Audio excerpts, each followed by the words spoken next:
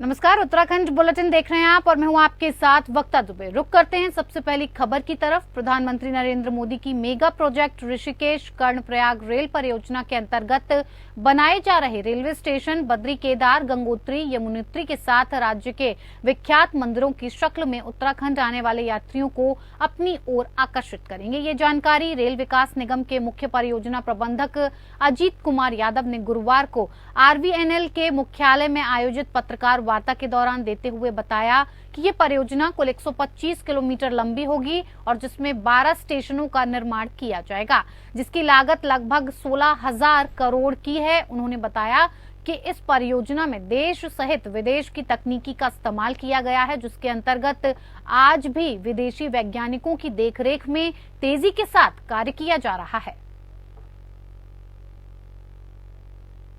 अभी हमारी जो टनल की रूट लेंथ है 104 किलोमीटर है ऋषिकेश से कर्णप्रयाग तक। उस 104 किलोमीटर में हमने about 37 kilometres tunnelling along the alignment कर लिया है।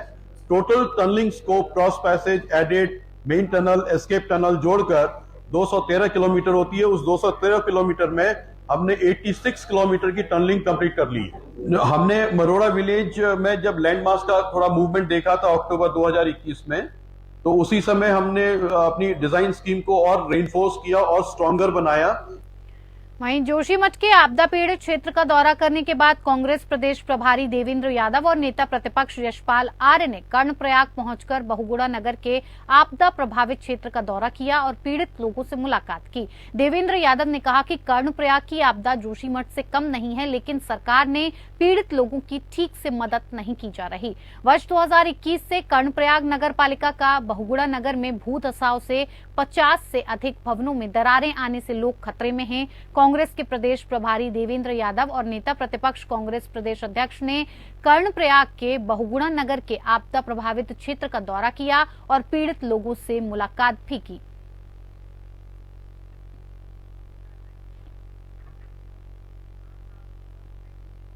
पर्यटन मंत्री सतपाल महाराज गुरुवार को जोशीमठ पहुंचे। उन्होंने जोशीमठ नगर क्षेत्र में भू धसाव प्रभावित क्षेत्रों का निरीक्षण करते हुए आपदा पीड़ितों से मुलाकात की और सरकार की ओर से हर संभव मदद का आश्वासन दिया। कैबिनेट मंत्री सतपाल महाराज ने कहा कि संकट की इस घड़ी में सरकार पूरी तरह से जोशीमठ की जनता के साथ खड़ी है। प्रभावित लोगों को इस संकट से उबारने के लिए सभी प्रयास किए जा रहे हैं। एक आंकलन किया जा रहा है, आंकलन के बाद ही कोई चीज दी जाएगी। आवासीय भवन इसलिए तोड़े जा रहे हैं, बड़े खतरनाक बने हुए हैं और आपने देखा होगा, इस पर भी हम लोग अभी इंक्वायरी करेंगे कि भाई इस प्रकार से इतनी मल्टी स्टोरी बिल्डिंग्स की अनुमति कैसे दी गई, जबकि ये पहले से ही, कम से कम मैं जब यहाँ आता था आज से 20 साल पहले, तो यही था कि जोशीमठ सिंक कर रहा है, धंस रहा है, ये बात चर्चा थी। अभी मैं गृह मंत्री जी को भी और रक्षा मंत्री जी को भी मैं लिखने जा रहा हूं कि यहाँ पर जो आर्मी का स्टैब्लिशमेंट है उसमें भी सीवेज का सिस्टम बनाया जाए और यहाँ पर जो ITBP जो है गृह मिनिस्ट्री के नीचे है, गृह मंत्रालय के नीचे है, वो भी अपना सीवेज सिस्टम बनाए ताकि कम से कम यहाँ पर ये रोकथाम हो। उसके लिए पूरा प्रयास हम कर रहे हैं। सूबे की खाद्य और नागरिक आपूर्ति मंत्री रेखा आर्य ने सचिवालय में राशन डीलरों के प्रतिनिधि मंडल के साथ बैठक की। बैठक पर बोलते हुए खाद्य मंत्री रेखा आर्य ने कहा कि चाहे कोरोना कालखंड रहा हो, आपदा का समय हो या फिर सामान्य परिस्थिति हो, राशन डीलरों ने हमारे प्रदेश की PDS सिस्टम को मजबूत करने का काम किया है। रेखा आर्य ने कहा, बैठक में प्रदेश के सभी जनपदों के राशन डीलरों के प्रतिनिधि मंडल से मुलाकात कर उनकी समस्याएं सुनी गई। वहीं रेखा आर्य ने कहा कि इस समय प्रदेश में 9,300 राशन डीलर्स हैं जो जनता तक खाद्यान्न पहुंचाने का काम कर रहे हैं। देखिए, जो अपने पूरे प्रदेश भर में 9,300 करीब जो हमारे राशन डीलर हैं, तो ये जो हमारे राशन डीलर हैं, इनके माध्यम से चाहे हमारा कोरोना कालखंड हो, चाहे हमारा सामान्य दिनों की हम बात करते हैं अथवा आपदा के दिनों की बात करते हैं, तो आप लोगों के माध्यम से ही जो है हमारा PDS सिस्टम जो है वो मजबूत होता है। आप ही लोगों के माध्यम से सरकार की जो खाद्यान्न योजना है वो जन जन तक पहुंचती है। तो आज उनकी बहुत सारी कुछ ऐसी समस्याएं थी जो कि विगत कई समय से जो है बनी हुई थी, उसको लेकर आज सभी जनपदों के जो भी इनके संगठन हैं, उनके अध्यक्ष से लेकर उनके संबंधित जो भी उनके प्रतिनिधि यहाँ पर आमंत्रित किए गए हैं ताकि उनके बिंदुवार उनके विषयों को लिया जा सके। पहाड़ों की रानी मसूरी में सीजन की पहली बर्फबारी होने से लोगों में खुशी का माहौल है। सुबह के समय हल्की बर्फबारी होने से लोगों के चेहरे खिल उठे। वहीं मसूरी के आसपास के ऊंचाई वाले क्षेत्रों में बुरांसखंडा, सुवाखोली, सूरकंडा देवी, धनौल्टी, नाग टिब्बा, परी डिब्बा आदि जगहों में जमकर बर्फबारी हुई है और जिससे लोगों में खासा उत्साह देखा जा रहा है। मसूरी में सीजन की पहली हल्की बर्फबारी होने से भी मसूरी वासियों में खुशी की लहर है। ये माना जा रहा है कि मसूरी में काफी समय से बर्फबारी का इंतजार था और ऐसे में सुबह के समय हुई हल्की बर्फबारी से मसूरी में बर्फबारी की उम्मीद जागी है। बर्फबारी के बाद तापमान में भारी गिरावट दर्ज की गई है।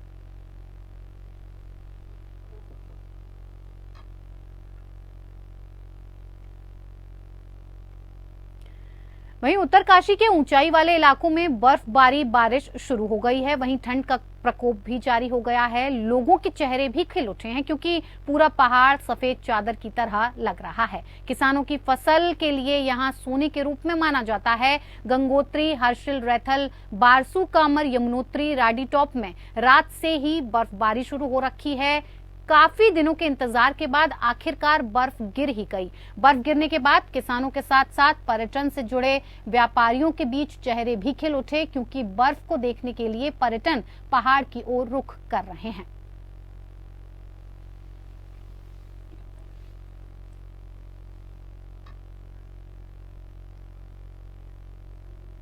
तो वहीं मौसम विभाग का अनुमान एक बार फिर सही साबित हुआ है। जिले में देर रात्रि से हो रही बारिश के चलते आज सुबह से बर्फबारी शुरू हो गई है। जोशीमठ में सीजन की पहली बर्फबारी शुरू हो चुकी है। नगर के सुनील, परसारी, नोग, डाडो, अपर बाजार सहित पेंका, रविग्राम, मनौटी, लामारी गांव में भी बर्फ की सफेद चादर बिछ गई है। हिमक्रीड़ा स्थली, औली सहित ऊंचाई वाले इलाके भी बर्फबारी के चलते सराबोर हो गए। तो वहीं साल की पहली बर्फबारी होने से जहां सेब बागवानों के चेहरे पर खुशी लौटी है, वहीं बर्फबारी का इंतजार कर रहे पर्यटकों की मुराद पूरी हुई है। लेकिन इस बर्फबारी से प्रशासन को जोशीमठ में भू धसाव, आपदा राहत कार्यों सहित राहत शिविरों में रह रहे प्रभावित परिवारों को भी दिक्कतों का सामना करना पड़ सकता है।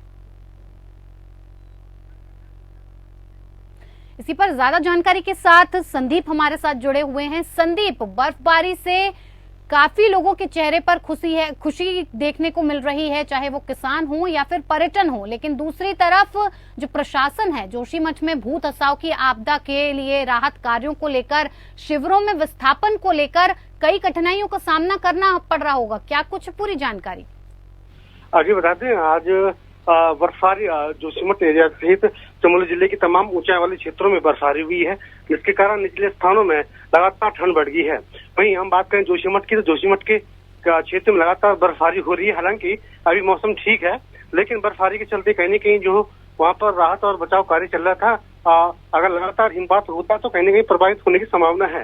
हालांकि जो प्रशासन है लगातार वहाँ पे जो काम चल रहा है और वो गतिमान है, और जो सर्वे वाली टीम है जो लगातार मकानों का वहाँ पे मूल्यांकन कर रही है, वो लगातार काम वहाँ पे कर रही है। हालांकि जो डिसमेंटल का काम चल रहा था कहीं न कहीं थोड़ा बर्फबारी की वजह से प्रभावित हुआ है। जी संदीप, एक तरफ तो देखिए बहुत मुसीबतों का सामना करना पड़ रहा है क्योंकि भू धसाव चल रहा है, तो लोगों को विस्थापित करना है। इस वजह से जो कार्य है उसमें थोड़ा बाधा पड़ रही है। लेकिन अगर दूसरी तरफ पॉजिटिव पॉइंट से देखा जाए तो जो सेब बागवान हैं उनको भी काफी फायदा हो रहा है। साथ ही साथ पर्यटन विभाग को भी काफी फायदा पहुंचता दिख रहा है क्योंकि जो पर्यटक हैं वो वहां की तरफ बढ़ रहे हैं क्योंकि बर्फबारी हो रही है। जी बिल्कुल, लगातार सीजन की पहली बर्फबारी हुई है, तो कहीं न कहीं जो सेब के काश्तकार हैं उनके चेहरे पर खुशी देखी जा सकती है। और ये वहीं दूसरी ओर जो पर्यटन की दृष्टि से हम देखें तो लगातार बर्फबारी पड़ने से पर्यटक अब औली का रुख कर रहे हैं। काफी समय बाद बर्फबारी हो रही है, जिसको लेकर लगातार पर्यटकों का औली पहुंचना जारी है और बर्फ का लुत्फ उठाने के लगातार पर्यटक भी वहाँ पहुंच रहे हैं। जी संदीप, बहुत बहुत धन्यवाद तमाम जानकारी हम तक पहुँचाने के लिए। तो इस वक्त इलाके में बर्फबारी जो है वो पहली बर्फबारी हो चुकी है। जोशीमठ में लोग जमकर खुश हो रहे हैं। जो पर्यटक हैं वो बर्फबारी को देखने के लिए वहां बढ़ रहे हैं, उस खूबसूरती को देखने के लिए वहां लोग जा रहे हैं। तो वहीं दूसरी तरफ जो भू धसाव से प्रभावित घर हैं, प्रभावित लोग हैं, उन तक जो चीजें पहुंचाई जानी है उसको लेकर प्रशासन को कहीं ना कहीं थोड़ी दिक्कतों का सामना जरूर करना पड़ रहा है।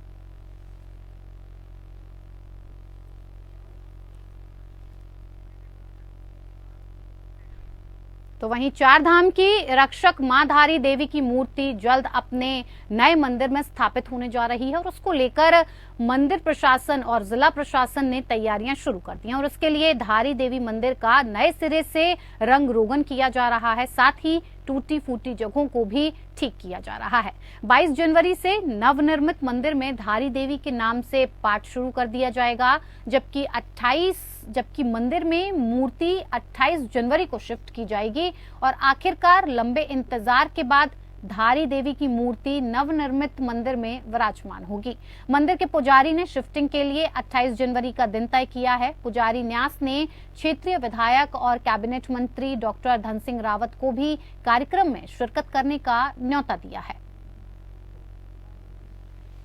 ऐसा है, इसमें हम सतचंडी का विधान करेंगे।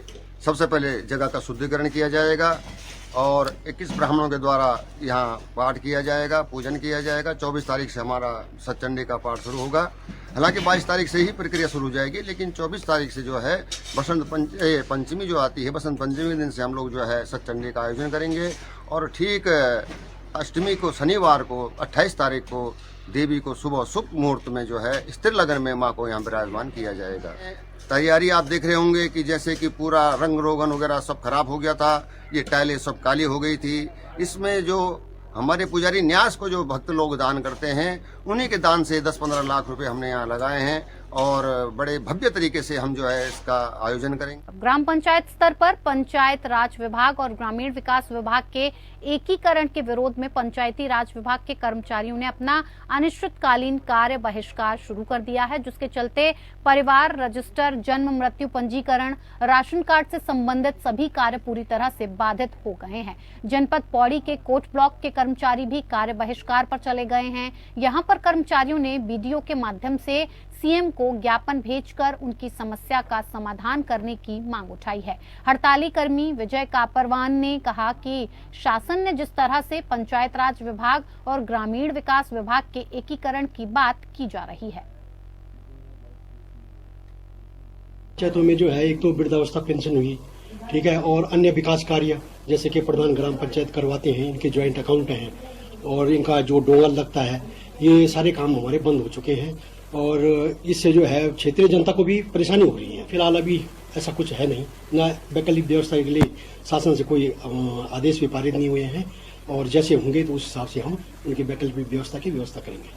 16 जनवरी 2023 को आदरणीय अपर सचिव महोदय द्वारा एक आदेश निर्गत किया गया, जिसमें कि ग्राम पंचायत विकास अधिकारी और ग्राम विकास अधिकारियों की जिम्मेदारियों का विलय किया गया है। तो हमारी मांगे ये है कि अगर आपको विलय करना है तो पूर्णतः दोनों विभागों का विलय किया जाए या फिर जो पहले की भांति चल रहा था उसी तरीके से व्यवस्थाएं चलने दी जाए। देखिए, अगर मांगे पूरी नहीं होती हैं तो अब अनिश्चितकालीन हड़ताल पे उत्तराखंड ग्राम पंचायत विकास अधिकारी संघ बैठा है और अगर हमारी मांगे पूरी नहीं होती हैं तो हम आगे भी इस आंदोलन को उग्र करने के लिए हमारे विचार चल रहे हैं। वहीं ग्राम पंचायत विकास अधिकारी संघ चमोली का अनिश्चितकालीन धरना चौथे दिन भी जारी रहा। ग्राम पंचायत विकास अधिकारी और ग्राम विकास अधिकारी के पदों का कार्यात्मक एकीकरण किए जाने के विरोध करते हुए जिलाधिकारी कार्यालय परिसर में अनिश्चितकालीन धरना शुरू कर दिया गया है।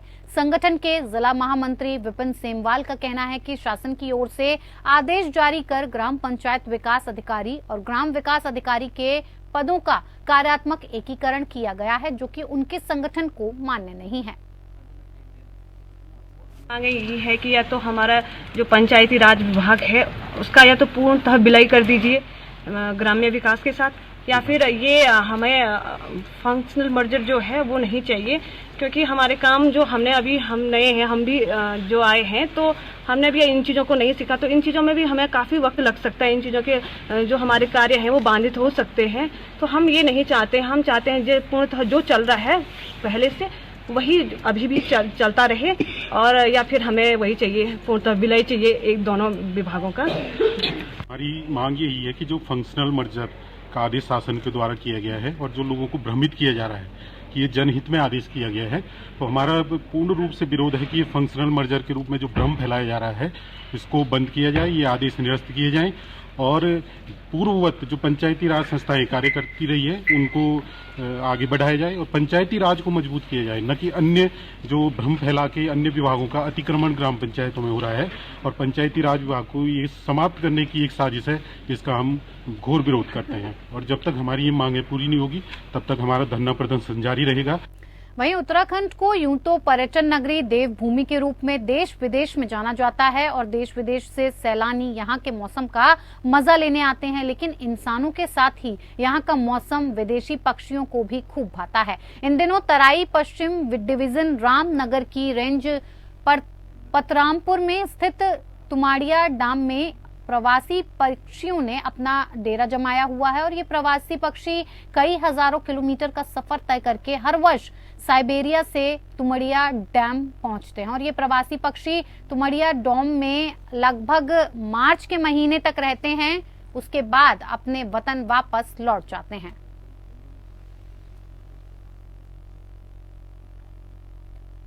ये जो प्रवासी पक्षी हैं ये बड़ी मतलब दूर से जो साइबेरिया जिसको कहते हैं साइबेरिया से आते हैं, साइबेरियन बर्ड्स भी कहते हैं इनको, और ये हर साल यहाँ पर आते हैं। अपने जो जैसी वहाँ पे ठंड होती है तो ठंड के मौसम में वहाँ से मूवमेंट करते हैं और ये लंबी दूरी तय करके अपने अलग अलग डेस्टिनेशन पे हमारे गर्म क्षेत्र में जो है वो यहाँ पे पहुँचते हैं। ये जैसे ही हर साल की तरह इस बार भी हमने अपने सभी स्टाफ को इस पे स्पष्ट निर्देश दिए गए कि किसी भी तरह का प्रवासी पक्षियों का कोई शिकार कहीं पर ना होने पाए। प्रवासी पक्षियों की सुरक्षा के लिए लगातार हम लोग तैयार रहते हैं, गश्त करते रहते हैं और कोई इस तरह की घटना आज तक कभी वो ये है कि सामने नहीं आई है कि जिसमें पता चला हो कि कहीं कोई शिकार हो। तो वहीं इधर 2015 में हुए दरोगा भर्ती घोटाले में नए तथ्य निकलकर सामने आ रहे हैं। निलंबित किए गए 20 दरोगाओं में से कई की 10वीं और 12वीं की मार्कशीट भी जाली होने के सबूत मिले हैं। मामले की तफ्तीश विजिलेंस विभाग कर रहा है। वहीं 30 और दरोगाओं के गले पर भी प्रशासन की तलवार लटक रही है। ADG law and order V Murugeshwar ने बताया कि मामले की तफ्तीश लगातार जारी है। समय के साथ नए साक्ष्य भी निकलकर सामने आ रहे हैं और प्रशासन साक्ष्यों के आधार पर उचित कार्यवाही कर रहा है। जैसे ने इस पे विजिलेंस अभी पूरा इन्वेस्टिगेशन कर रही है, वो सारा चीज को देखेंगे। उनकी इन्वेस्टिगेशन का जो रिपोर्ट जो भी फैक्ट सामने आएगा वो फिर हमारे सामने आने के बाद अकॉर्डिंगली कार्रवाई की जाएगी। जैसे कोई बात हो।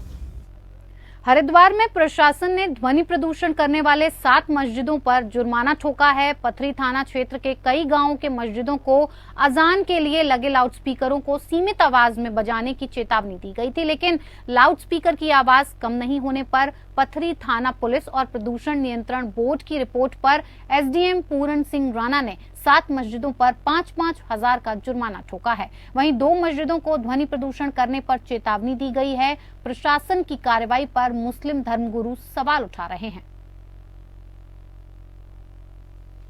कुछ धार्मिक संस्थानों का एक कंप्लेंट आया था कि इनके द्वारा बहुत ऊंची मात्रा में उसको यूज़ किया जा रहा है, तो जो उसमें कंप्लेंट के आधार पर उसकी जांच की गई थी और उनको नोटिस इशू किए गए थे, तो वो पाया गया है कि उनके द्वारा उसका प्रॉपर यूज़ नहीं किया जा रहा है। तो इनिशियल स्टेज पे है और फर्स्ट टाइम ऐसा हुआ है, तो उनको एज़ पर एक्ट 5,000 रुपये की पेनल्टी, टोटल 7 धार्मिक संस्थान थे जिनमें कि 35,000 की पेनल्टी इम्पोज की गई है और विद इन 1 वीक में वो लोग उसका पैसा जमा करेंगे पॉल्यूशन के अकाउंट में। और इन फ्यूचर के लिए फर्दर ऐसी चीज़ें रिपीट ना करें, उसमें डायरेक्शन भी दिया गया है कि अगर कोई फॉलो नहीं करता है तो उसको कैंसिल किया जाएगा। जिसमें माननीय हाईकोर्ट के जो निर्देश थे उस क्रम में जो हाई लाउड स्पीकर या साउंड को लेकर जो पॉल्यूशन था उस पर कार्रवाई की रिपोर्ट भी थाने स्तर से भेजी गई थी, जिसमें वहां के जो एसडीएम है उनके द्वारा इसमें कार्रवाई की गई है। यहाँ कोतवाली में भी और तकरीबन सभी थानों में मीटिंग हुई है मुस्लिम और हिंदुओं को जमा करने के बाद में कि भाई आवाज कम कर लो, इससे बड़ी दिक्कत परेशानी हो रही है और इससे प्रदूषण फैल रहा है। तो उससे सभी लोगों ने स्वीकार कर लिया था कि ठीक है, आवाज कम करने में कोई दिक्कत वाली बात नहीं है। तो हुकूमत उसे मतलब संजीदगी के साथ इस मसले को ले। हमारा कहना यह है कि ये इस अजानों से नहीं प्रदूषण फैल रहा है, ये जो गाड़ियों के जरिए इतने हॉर्न बजाए जा रहे हैं बहुत से, और ये डीजे बाजी हो रही है शादी ब्याहों में, देखो किस कदर मतलब बदतमीजियां हो रही है रात के 1-1 बजे तक जो है वो, उसके ऊपर तो पुलिस प्रशासन का कोई तवज्जो नहीं है। अब मंदिर या मस्जिद से अगर थोड़ी देर के लिए 2 मिनट के लिए अगर अजान हो रही है तो उसके ऊपर क्या मतलब क्या दिक्कत और परेशानी हो, लेकिन फिर भी उसे हमने स्वीकार किया कि अगर ठीक है उससे दिक्कत हो रही है तो उसे कम कर लेंगे इंशाल्लाह। चलिए, उत्तराखंड बुलेटिन में मेरे साथ फिलहाल इतना ही। मुझे दीजिए इजाजत। नमस्कार।